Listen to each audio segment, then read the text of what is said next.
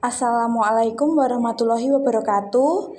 Kami dari kelompok 3 yang terdiri dari saya, Arum Rohimatun Nurjana, dengan teman-teman saya yaitu Ayu Irantika dan juga Marisa Ika Setianingrum. Di sini kami akan mempresentasikan PowerPoint yang berjudul Dinamika Kebijakan Impor Pangan. Untuk lebih jelasnya langsung saja ke materi. Kerangka hukum impor pangan. Yang pertama, kerangka hukum impor pangan. 1. Undang-Undang Nomor 7 Tahun 2014 tentang Perdagangan, bahwa impor adalah kegiatan memasukkan barang ke dalam daerah pabean. Menteri Perdagangan dapat melakukan impor untuk menjamin pasokan dan stabilisasi harga barang pokok. Yang kedua, Undang-Undang Nomor 18 Tahun 2012 tentang Pangan, bahwa impor pangan hanya boleh dilakukan jika produksi dalam negeri dan cadangan pangan nasional tidak mencukupi, harus memenuhi standar keamanan, mutu, gizi, serta sesuai agama dan budaya. Yang ketiga, Undang-Undang Nomor 19 Tahun 2013 tentang Perlindungan dan Pemberdayaan Petani, bahwa pemerintah wajib mengutamakan produksi pertanian dalam negeri. Impor hanya boleh jika tidak mengganggu musim panen dan kesejahteraan petani. Dilarang impor jika stok domestik mencukupi. Inti kebijakan impor pangan sama dengan opsi terakhir, demi melindungi petani, menjaga produksi lokal, dan memenuhi kebutuhan nasional secara berkelanjutan. Beras komoditas prioritas. Beras adalah bahan pokok. Yang pertama, mendapatkan perhatian besar dari pemerintah. Yang kedua, peraturan dari Kementerian Pertanian dan Kementerian Perdagangan untuk mencegah kerugian petani dan inflasi. Yang kedua, kebijakan impor beras oleh Kementerian Pertanian. Permentan Nomor 51 Tahun 2014 pada tanggal 15 April 2014. Yang pertama, tujuannya efektivitas dan efisiensi pengelolaan, kepastian rekomendasi ekspor impor beras.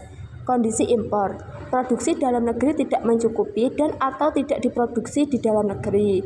Jenis beras yang diizinkan impor yaitu beras untuk kesehatan, dietari, dan konsumsi khusus. Contohnya ketan utuh, teho mali, kukus, jamonika, basmati dengan tingkat kepecahan maksimal 5%. Prosedur yang pertama dilakukan oleh perusahaan IT beras atau penetapan Menteri Perdagangan. Yang kedua, setelah memperoleh persetujuan Menteri Perdagangan berdasarkan rekomendasi impor dari Menteri Pertanian dilaksanakan oleh Dirjen Tanaman Pangan Permentan Nomor 52 Tahun 2015. Kebijakan impor beras oleh Kementerian Perdagangan. Yang pertama, Permendag Nomor 1 Tahun 2018 merevisi Permendag Nomor 74/Dag/Per/9/2017, yaitu impor beras untuk keperluan umum sebagai cadangan yang sewaktu-waktu dapat dipergunakan pemerintah. Tujuan stabilitas harga, penanggulangan darurat, bantuan masyarakat miskin, kerawatan pangan, dan keadaan tertentu. Yang kedua, ekspor beras Indonesia. Ekspor beras premium ke Malaysia pada Oktober 2018. Peran ekspor ke Papua Nugini. Pernah ekspor ke Papua Nugini. Volume ekspor yaitu pada tahun 2015 sebesar 519 ton, pada tahun 2016 sebesar 999 ton, pada tahun 2017 sebesar 3.500 ton. Dilema kebijakan impor beras sama dengan trade-off, perbedaan kondisi impor. Peraturan Menteri Pertanian pada Nomor 51 Tahun 2014. Impor jika produksi dalam negeri tidak mencukupi atau tidak diproduksi. Permendag 01/2018. Impor sebagai cadangan untuk stabilitas harga. Yang kedua, dampak trade-off. Harga beras tinggi, petani sejahtera namun konsumen dirugikan. Stabilisasi harga atau impor Kemendak berisiko dilakukan tanpa mempertimbangkan kondisi produksi petani domestik. Rekomendasi: pelaksanaan impor beras seharusnya tetap membutuhkan rekomendasi dari Kementerian Pertanian untuk keseimbangan yang optimal. Selanjutnya jagung, yaitu bahan baku penting. Jagung komoditas penting untuk pakan dan industri. Sebagian besar digunakan sebagai bahan pakan ternak. Sebagian kecil dimanfaatkan untuk industri. Pemerintah, Menteri Perdagangan mengatur impor untuk memenuhi kebutuhan domestik. Berikut tabel kebijakan impor jagung pada tahun 2016 sampai 2018. Kebijakan yang diterbitkan. Peraturan Menteri Perdagangan Nomor 20 Tahun 2016 tentang ketentuan impor jagung. Uraiannya, Pasal 2, jagung dapat diimpor untuk memenuhi kebutuhan pangan, pakan, dan bahan baku industri. Yang kedua, Pasal 3, jumlah dan pengaturan impor jagung disepakati dalam koordinasi tingkat Menteri Bidang Ekonomi. Yang ketiga, Pasal 4 Ayat 5, impor jagung untuk memenuhi kebutuhan dilakukan oleh Bulog atas persetujuan Menteri Pertanian. Impor jagung untuk pangan dan bahan baku industri dilakukan oleh perusahaan yang memiliki APII dan APIU. Lanjutan, Peraturan Menteri Perdagangan Nomor 56 Tahun 2016 tentang perubahan atas Peraturan Menteri Perdagangan Nomor 20 Tahun 2016 tentang ketentuan impor jagung. 1. Pasal 4 Ayat 2, impor jagung untuk kebutuhan pakan dilakukan Bulog atas penugas Menteri BUMN atas usulan Menteri Perdagangan. 2. Pasal 4 Ayat 3, impor jagung untuk pangan hanya dilakukan oleh Bulog dan importir dengan APIP. Pasal 4 Ayat 4, impor untuk bahan baku industri hanya oleh perusahaan dengan APIP. Selanjutnya, Peraturan Menteri Perdagangan Nomor 21 Tahun 2018 tentang ketentuan impor jagung atau perubahan atas Peraturan Menteri Perdagangan Nomor 56 Tahun 2016.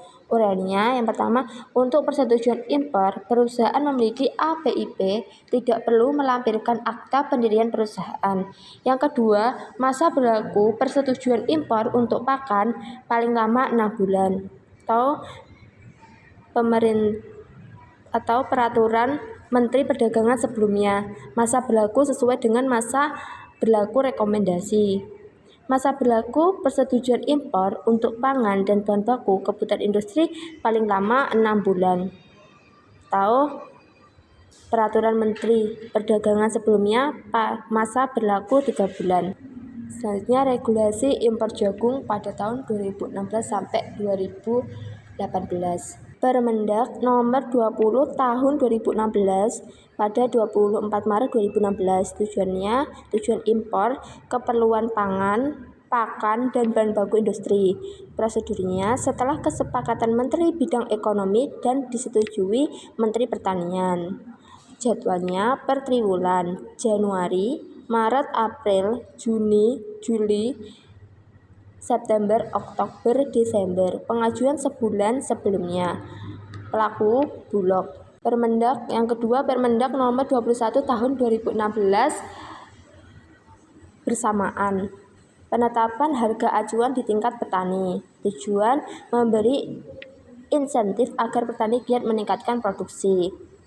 Harga acuan biji jagung per kilo. Kadar air sebesar 35%, seharga 2.500. Kadar air 30%, seharga 2.750. Kadar air sebesar 25%, seharga 2.850. Kadar air 20% dengan harga 2.050. Selanjutnya, pembaruan kebijakan impor jagung. Permendak Nomor 56 Tahun 2016 pada 26 Juli 2016. Perubahan Permendak Nomor 20/2016. Pelaku impor hanya Perum Bulog atas penugasan Menteri BUMN dan perusahaan APIP atau angka pengenal impor produsen. Jadwal impor pakan, pengajuan dan persetujuan dapat dilakukan sewaktu-waktu, tidak lagi per triwulan. Masa berlaku persetujuan impor yaitu untuk pakan sewaktu-waktu. Untuk pakan dan bahan baku industri hanya 3 bulan sejak diterbitkan. Selanjutnya strategi swasembada jagung. Yang pertama peningkatan produksi. Pengembangan jagung seluas 1,5 juta hektar per 2016 dan 3,0 juta hektar pada 2017. Yang kedua, integrasi lahan. Penanaman jagung di lahan sawit, kebun, dan perhutani. Kedua, pemanfaatan lahan tidur. Penanaman jagung bersama Gerakan Pemuda Tani atau Gempita. Kemitraan, Asosiasi Gabungan Perusahaan Makanan Ternak atau GPMT dengan petani jagung.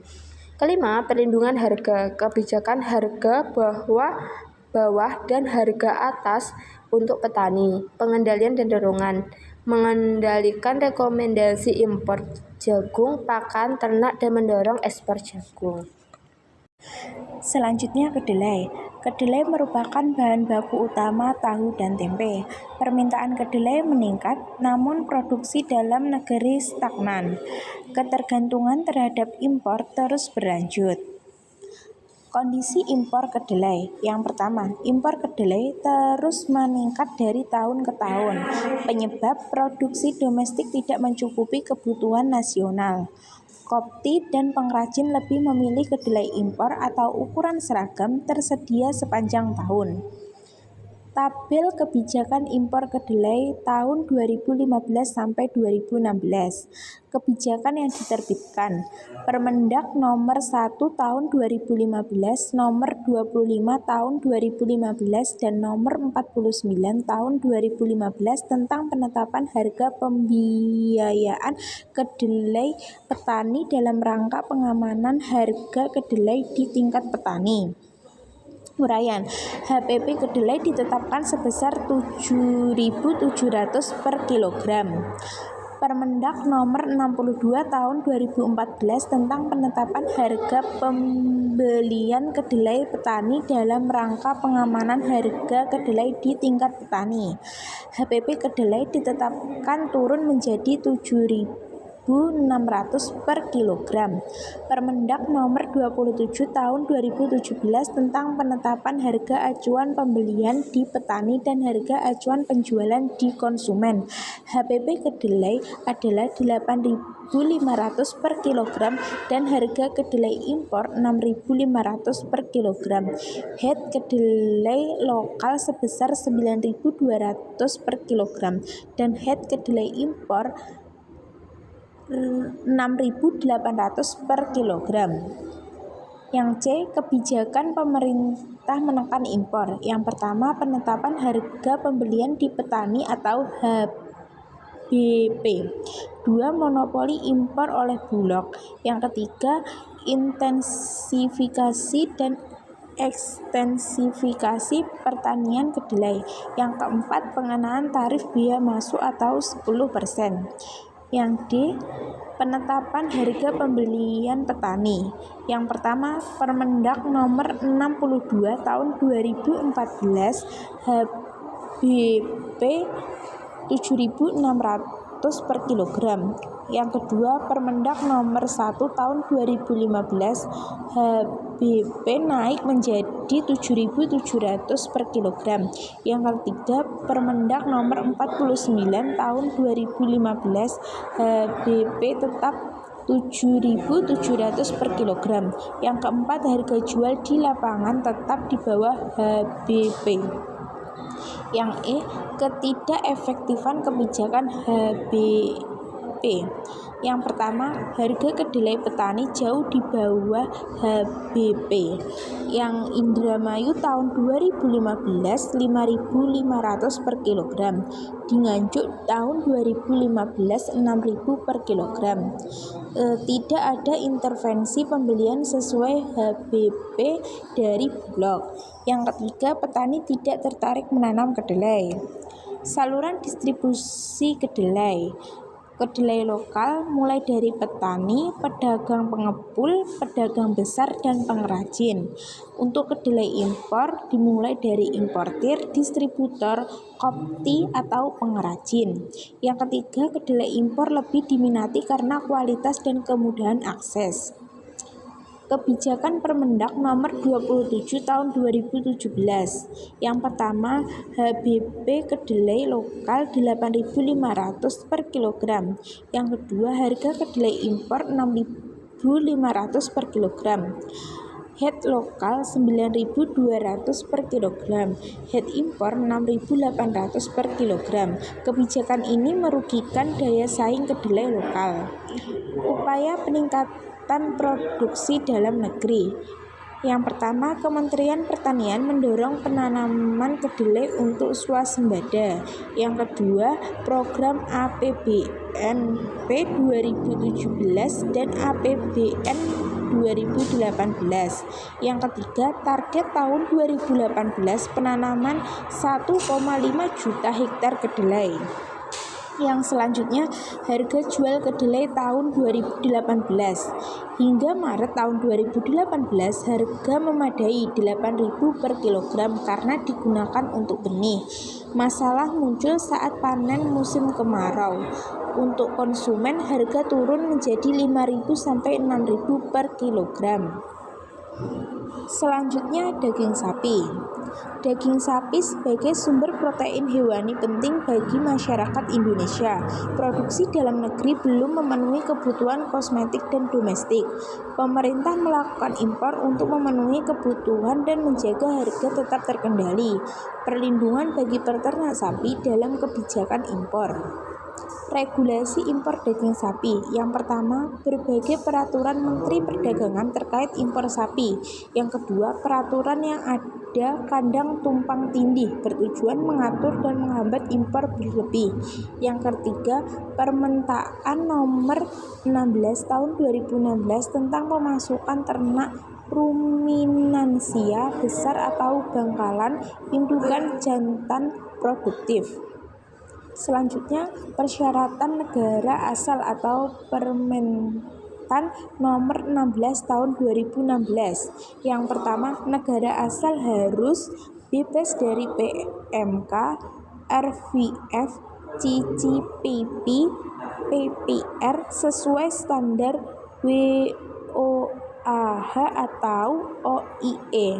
Yang kedua, berstatus negligible atau controlled BSI risks. Yang C, melaksanakan monitoring residu antibiotik, hormon, dan bahan berbahaya.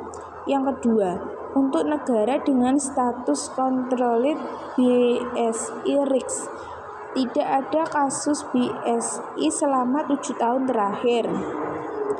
Yang B, surveillance BSI 7 tahun berturut-turut. Yang C, tidak memberikan pakan MBM ruminansia. Yang D, melaporkan status penyakit ke WOAH atau OIE. Selanjutnya, persyaratan farm atau premises. Farm atau peternakan harus yang pertama berasal dari negara yang telah ditetapkan. Yang kedua, tidak mengalami wabah penyakit hewan. Yang ketiga, terdaftar dan diaudit otoritas veteriner negara asal. Yang keempat, menetapkan biosecurity. Yang kelima, tidak memberikan pakan MBM. Yang keenam, tidak melepas bangkalan yang belum melewati masa withholding antibiotik atau hormon. Yang ketujuh, menerapkan kesejahteraan hewan. Yang kedelapan, menerapkan good farming practice. Yang E, spesifikasi ternak ruminansia ruminansia besar atau sapi dan kerbau. Yang pertama, sapi bangkalan, berat maksimal 350 kg, umur maksimal 30 bulan atau dengan surat keterangan. Yang kedua, kerbau bangkalan, berat maksimal 400 kg, umur maksimal 30 bulan.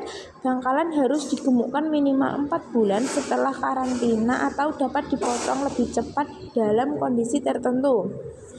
Selanjutnya, Permentan nomor 17 tahun 2016 atau pemasukan daging tanpa tulang.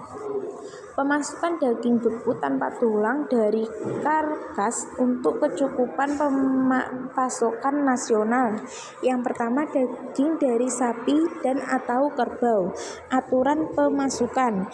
Yang A, berdasarkan hasil rapat koordinasi Kementerian Ekonomi. Yang B, dilakukan oleh BUMN yang ditunjuk. Yang C, memperoleh izin dari Menteri Perdagangan. Yang D, mendapat rekomendasi Direktur Jenderal Peternakan dan Kesehatan Hewan. Selanjutnya, Permentan nomor 49 tahun 2016 impor ternak ruminansia besar. Pelaku usaha, koperasi, dan kelompok peternak dapat mengimpor dengan syarat mendapat izin dan rekomendasi. Yang kedua, koperasi dan kelompok peternak wajib mendapat rekomendasi dari dinas terkait. Yang ketiga, izin impor diberikan oleh Menteri Perdagangan setelah rekomendasi Menteri Pertanian.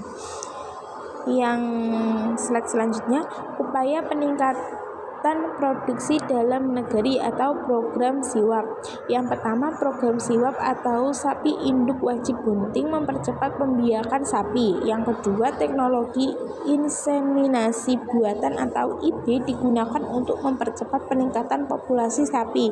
Yang ketiga, tantangan jumlah petugas inseminasi yang belum mencukupi dan persebaran peternakan yang luas. Yang keempat, peningkatan produksi daging lokal dapat mengurangi ketergantungan impor. Lalu selanjutnya adalah gula. Gula merupakan salah satu bahan pokok yang sangat penting dalam konsumsi rumah tangga maupun industri, sehingga pengelolaan pasokannya menjadi hal krusial dalam ketahanan pangan nasional. Namun, selama bertahun-tahun, produksi dalam negeri belum dapat memenuhi kebutuhan konsumsi nasional. Akibatnya, Indonesia terus melakukan impor gula baik untuk konsumsi langsung maupun untuk kebutuhan industri, terutama dalam skala besar. Kondisi ini menjadikan Indonesia sebagai negara pengimpor gula terbesar di dunia. Tabel kebijakan impor gula. Kebijakan yang diterbitkan nomor 1, Surat Menteri Perdagangan kepada 11 produsen gula rafinasi nomor 1300-MDAG-SD-12-2014 dengan uraian pengaturan impor gula mentah atau real sugar dan distribusi gula rafinasi. Kedua, Peraturan Menteri Perdagangan nomor 117 tahun 2015 tentang ketentuan impor gula. Gula rafinasi yang dimiliki perusahaan pemilik APP hanya dapat didistribusikan kepada industri dan dilarang diperdagangkan ke pasar umum di dalam negeri. Lalu ketiga, Peraturan Menteri Perdagangan Nomor 63 Tahun 2016 tentang penetapan harga acuan pembelian di petani dan harga penjualan di konsumen. Penetapan harga acuan beras, gula, jagung, kedelai, bawang merah, dan cabai. Harga acuan pembelian gula kristal di tingkat petani adalah Rp9.100. Harga dasar untuk lelang yaitu Rp11.000 per kilogram. Harga eceran tertinggi di tingkat konsumen yaitu Rp13.000. Regulasi gula rafinasi dan tujuan kebijakan impor. Salah satu kebijakan penting dalam pengaturan distribusi gula adalah diterbitkannya Surat Menteri Perdagangan Nomor 1300 Tahun 2014 yang ditujukan kepada 11 produsen gula rafinasi.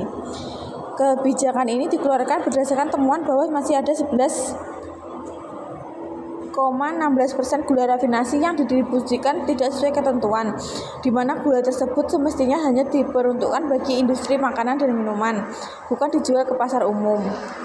Untuk menanggulangi hal tersebut, pemerintah menetapkan skema persetujuan impor triwulan kepada pabrik gula rafinasi, di mana setiap izin akan dievaluasi untuk triwulan berikutnya guna memastikan kepatuhan terhadap aturan distribusi. C. Pengaturan impor dan pelarangan distribusi ke retail.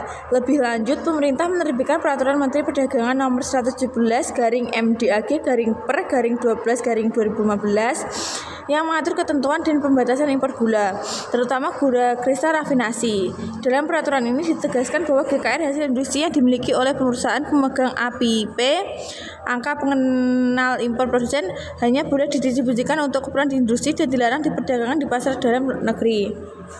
Meskipun regulasi ini telah diberlakukan, penyimpangan tetap terjadi dan gula rafinasi masih masuk ke pasar eceran yang berpotensi merusak harga pasar dan merugikan produsen lokal. D. Penetapan harga eceran tertinggi dan kesenjangan harga. Pemerintah telah menetapkan harga eceran tertinggi gula sebesar Rp12.500 per kilo melalui Peraturan Menteri Perdagangan. Penetapan ini bertujuan untuk menjaga daya beli masyarakat dan menstabilkan harga gula di pasaran. Namun dalam praktiknya, harga gula di pasar modern bisa mencapai Rp14.000 sampai Rp15.000 per kilo. Bahkan di pasar tradisional bisa lebih tinggi. Kesenjangan harga ini menunjukkan ketidakefisienan dalam rantai distribusi serta lemahnya pengawasan terhadap pelaksanaan kebijakan harga tersebut. E. Mekanisme impor gula dan peran Bulog. Kebijakan impor gula diatur secara ketat oleh pemerintah. Untuk menjamin ketersediaan gula konsumsi, hanya BUMN tertentu yang ditugaskan untuk melakukan impor. Sementara itu, perusahaan swasta hanya diizinkan mengimpor gula untuk kebutuhan industri dan tidak boleh menjual gula rafinasi ke pasar konsumsi. Namun demikian, dalam praktiknya masih sering ditemukan kasus penyimpangan seperti penyaluran gula rafinasi ke pasar retail yang melanggar ketentuan. Hal ini tidak hanya mengganggu pasar tapi juga merugikan petani tebu lokal dan pabrik gula dalam negeri. F. Ketergantungan industri pada gula rafinasi impor. Industri makanan dan minuman nasional sangat bergantung pada pasokan gula rafinasi impor karena kualitasnya yang sesuai dengan standar industri. Padahal, seiring dengan meningkatnya konsumsi, Indonesia sebenarnya memiliki peluang untuk mengembangkan industri gula rafinasi domestik. Namun tantangan utama yang dihadapi adalah rendahnya produktivitas lahan, teknologi pengolahan yang masih tertinggal, dan keterbatasan investasi di sektor hilir. Ketergantungan pada gula rafinasi impor juga memperbesar defisit neraca perdagangan komoditas pertanian. G. Tantangan petani dan pabrik gula lokal.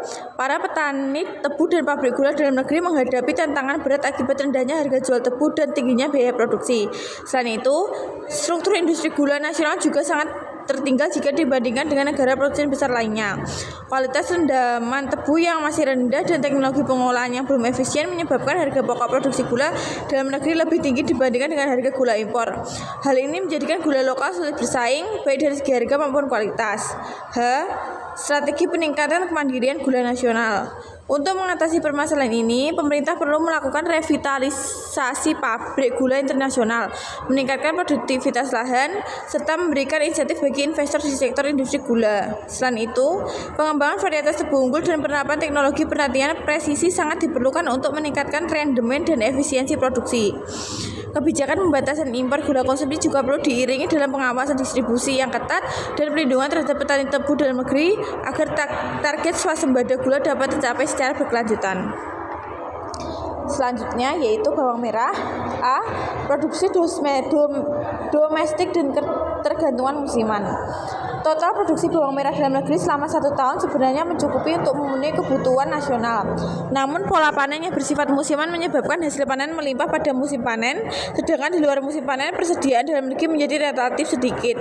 Ketimpangan ini menyebabkan kebijakan impor dilakukan guna menekan harga di tingkat eceran. Salah satu bentuk kebijakan tersebut tercantum dalam tabel di bawah yang merangkum kebijakan impor bawang merah dan cabai pada tahun 2016. Tabel kebijakan bawang merah dan cabai. 1. Peraturan Menteri Perdagangan Nomor 63 Tahun 2016 tentang penetapan harga acuan pembelian di petani dan harga penjualan di konsumen, yaitu A. Penetapan harga acuan beras, gula, jagung, kedelai, bawang merah dan cabai. Harga acuan pembelian bawang merah di tingkat petani yaitu Rp22.500 per kilo. Harga tertinggi bawang merah di tingkat konsumen adalah Rp32.000 per kilo. B. Harga acuan pembelian di tingkat petani untuk cabai merah keriting yaitu Rp15.000, cabai merah besar Rp15.000 dan cabai rawit merah Rp17.000 per kilo. Harga eceran tertinggi di tingkat konsumen untuk cabai merah keriting adalah Rp28.000, cabai merah besar Rp28.000 dan cabai rawit merah Rp29.000. Kedua, Peraturan Menteri Pertanian Nomor 38 Fermentan HR 060 11 tentang rekomendasi impor produk hortikultura. Perubahan atas Peraturan Menteri Pertanian Nomor 16 Fermentan HR 060 5 yaitu A. Pasal 4 RIPH diterbitkan untuk produksi hortikultura, yaitu segar untuk dikonsumsi dan segar untuk bahan baku industri. Dalam permentan sebelumnya termasuk olahan. B. Pasal 5 ditambahkan bahwa RIPH harus mempertimbangkan pelaksanaan program pemerintah dan kebutuhan nasional. C. Pasal 10 RIPH ditetapkan 2 kali dalam 1 tahun untuk satu pelaku usaha. D. Penerbitan RIPH berikutnya dilakukan setelah pelaku usaha merealisasikan impor dan menyampaikan laporan realisasi. E. Penerbitan RIPH dalam hal pelaksanaan program pemerintah mendapat pengecualian. B. Penetapan harga referensi dan implikasi impor. Impor bawang merah pernah diatur melalui penetapan harga referensi berdasarkan keputusan Direktur Jenderal Perdagangan Dalam Negeri Nomor 118/PDN Cap 10/2013 tentang penetapan harga referensi produk hortikultura pada tanggal 3 Oktober 2013. Harga referensi bawang merah ditetapkan sebesar Rp25.700 per kilo dengan perhitungan berdasarkan biaya balik modal atau break even point atau BEP ditambah keuntungan sebesar 40%. Adapun harga referensi untuk cabai merah dan cabai keriting ditetapkan sebesar Rp26.300 per kilo, sementara harga referensi cabai rawit adalah Rp28.000 per kilo. Dengan demikian, impor bawang merah, cabai keriting, dan cabai rawit hanya diizinkan apabila harga eceran telah melampaui harga referensi yang telah ditentukan. C. Respon industri dan perubahan mekanisme impor. Kebijakan pengetatan impor tersebut memunculkan reaksi beragam dari pelaku industri sesuai dengan posisi masing-masing. Para importir umumnya menolak kebijakan ini karena dianggap memperumit prosedur impor yang sebelumnya lebih mudah.